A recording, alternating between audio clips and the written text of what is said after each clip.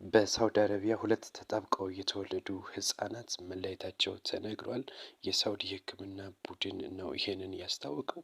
ስፔሻሊስት ሐኪሞች እንዳሉት ከሆነ የጀማይካ መንታ ሁለት የተጣበቁ ህጻናት ተወልደው ነበር። እነዚህ ህጻናት እንግዲህ አዛሪያ እና ዙሪያ በሪያድ ተለያይተዋል ነው የተባለው። እያንዳንዳቸው አዲስ ህይወት እንደጀመሩም ተነግሯል። እናትና አባታቸው ደስታቸውን እየገለጹ ይገኛሉ። የሕክምና ቡድኑም እንደዚሁ በተሳካ ሁኔታ በመጨረሻቸው ትልቅ ደስታ ላይ እንዳሉ ገልጿል።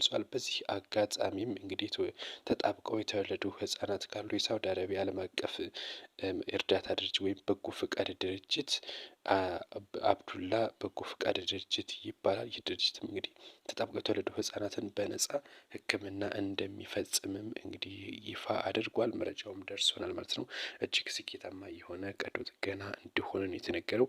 በዚህ ላይ ደግሞ በነጻ መሆኑ ለሌሎች ዝቅተኛ ላሉ አፍሪካ ውስጥ ላሉ ሀገሮች ትልቅ አጋጣሚ ነው ተብሏል። መልካም ቆይታ